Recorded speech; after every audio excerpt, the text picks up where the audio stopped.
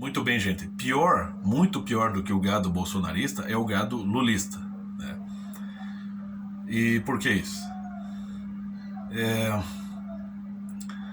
É claro que nós temos muito que aprender ainda. Eu, pelo menos, tenho muito que aprender sobre política, sobre filosofia, sobre cultura, né? Eu tenho muito que entender ainda da realidade que está diante de mim. E isso é com todo mundo.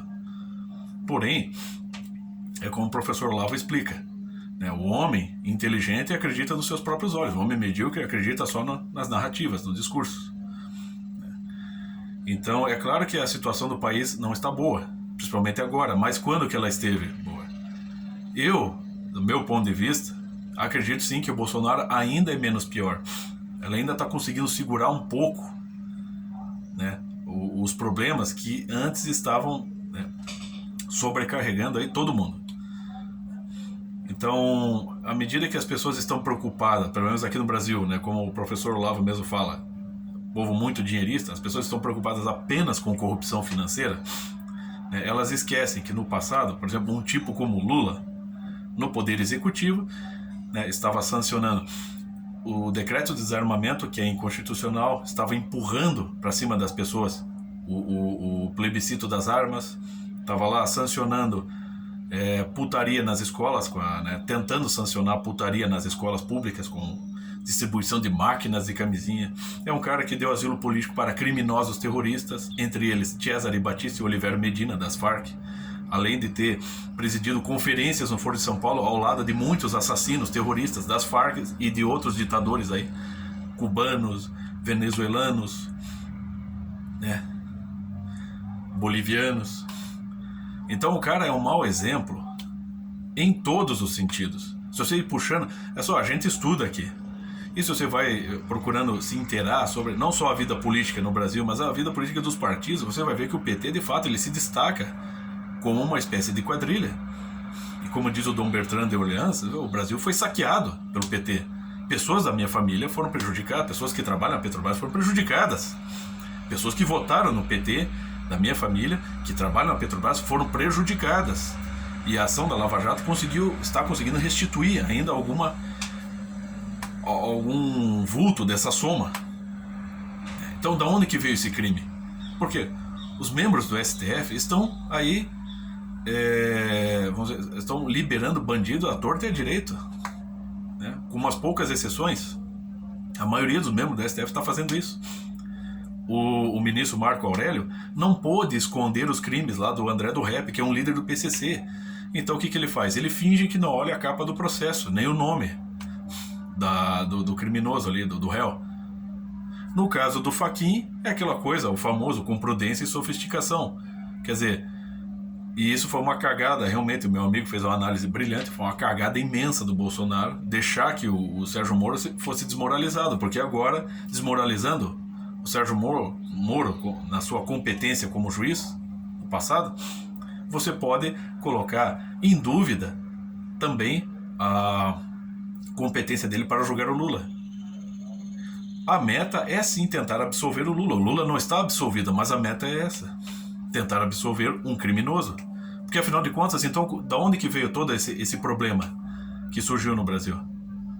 A Lava Jato não inventou um processo, como diz o Lula, porque se a Lava Jato é uma farsa judiciária, então o Lula que se coloque aí no YouTube, no canal dele, e explique por A mais B que isso é uma farsa. O fato do ministro Fachin ter anulado as condenações não prova nada que o processo é uma farsa. É simplesmente uma manobra que a gente vê que é rigorosa, explicitamente política, né? É uma coisa, a gente percebe que esses ministros, a maior parte desses ministros não regulam, não tem um parafuso solto, e de repente você vê, no passado você tinha lá o Gilmar Mendes fazendo acusações ao PT, né? E inclusive, né, e vetando a própria presidenta então Dilma Rousseff de nomear Lula ministro, né? Ele criticando Lula, né, criticando o PT, e hoje derramando lágrimas de crocodilo para o advogado do Lula. Então essa gente não bate bem, meu. Deve ser tudo... Quanto que estão pagando para essa gente fazer todo esse teatro pro Brasil? Né? Então, é uma moda atual no STF, liberar bandidos, sejam bandidos de alta periculosidade e explicitamente bandidos como um membro do PCC, ou seja, um bandido mais prudente e sofisticado como Lula. Mas todos são criminosos, né? E ainda tem gente apoiando. O que vai ser? Eu fico pensando num tipo como Nando Moura ou aquele Leonardo Bruno, que hoje estão descendo o cacete no Bolsonaro. Se a coisa se polarizar entre Bolsonaro e Lula ano que vem, em quem que vocês vão votar? No Lula? Hã? Então, é o gado que vai. Vocês vão se tornar o gado lulista que vai pro abate, porque se o Lula entrar, existe um risco enorme de a coisa piorar no Brasil em todos os sentidos.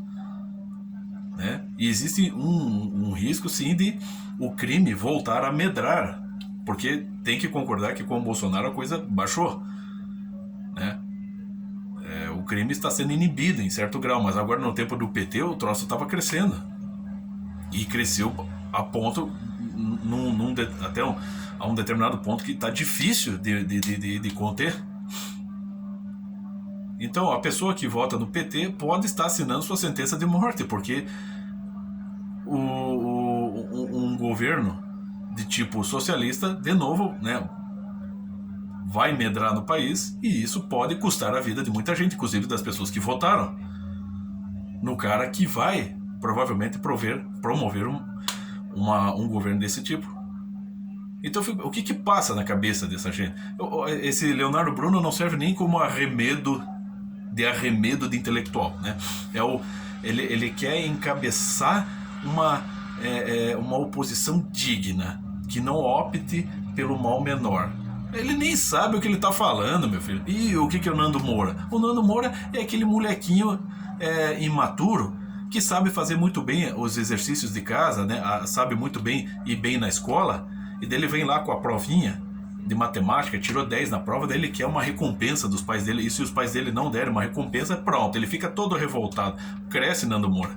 Tá, você é moleque barbado, tá? Tá falando do gado, o gado que vai pastar você, cara. Você já daqui a pouquinho você vai estar falando bem do Lula. Tá? Não demora muito, penso eu, posso estar errado, mas na medida em que você faz a oposição ao atual governo, tal como você está fazendo, né, uma oposição radical, você apoiou radicalmente, agora se opõe radicalmente, você está assim fortalecendo, né, a presença de um criminoso como Lula novamente aqui. Então você, direto ou indiretamente, se torna um gado, o gado que vai pastar pro Lula, né? A gente não sabe que tipo de governo, que tipo de situação se pode restaurar em termos de governo com Lula. Se já no passado foi ruim, né, que acarretou, centuplicou o crime, rebaixou a cultura, né, a cultura está lá, feita para a cultura no tempo do PT, foi utilizada para o quê? Para defender criminosos, os pseudo-heróis comunistas do passado, né? A educação foi rebaixada, né, ao nível das tendências sexuais, porque afinal de contas, né, é fácil lembrar que lá em 2008 estava o Lula debochando da igreja e dos pais, incentivando os jovens, os adolescentes a fazer sexo. Nossa, que papo, né, para um presidente. Tá lá o Lula não pode ser chamado de genocida?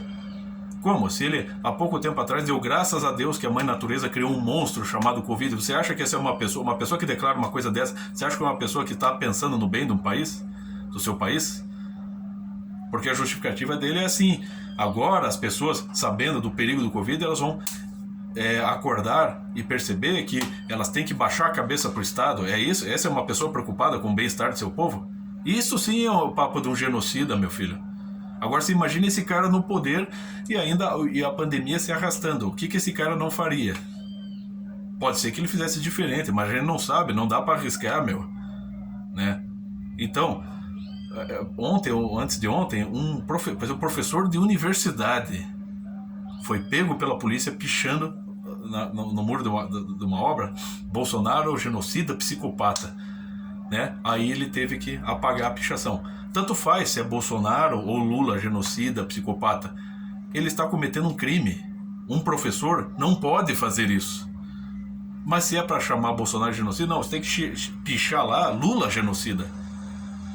Porque o Lula deu apoio ao crime aqui no Brasil e ainda está dando apoio, assim, à prevalência do Covid. Porque o Covid é um monstro necessário. Né? Então esse é um genocida, esse é um psicopata. O professor Olavo tem toda a razão. Né? Mas agora parece que o gado lulista já começa a mugir. E os futuros, né, eleitores de Lula, né, provavelmente, né, vão estar lá chamando os bolsonaristas de gado, né? Mas eles nem percebem que o gado lulista, se o Lula voltar ao poder, eles correm o risco sério de ir pro abate. Ah, e tem mais. Tem gente aí que acredita que é o Guilherme Boulos, é o Haddad que vai assumir a presidência. Não, meu filho, o Haddad, eles chamam de poste. O Haddad é um cara que não tem nem voz, meu filho. É um cara elegante, fala bem, mas, né? A gente percebe que o Haddad não tem competência nem para gerir lá São Paulo, meu. Ah, mas o Guilherme Boulos... Cara, o Guilherme Boulos... Sabe o que o Guilherme Boulos é? Ele é o futuro João Pedro Stedley. Um delinquente comandando um bando de delinquentes. Não tem competência para assumir a presidência. Ele só tem competência para promover crimes, destruição, badernas e difamação. É só isso. Entendeu? Mas o gado lulista segue, né, mugindo.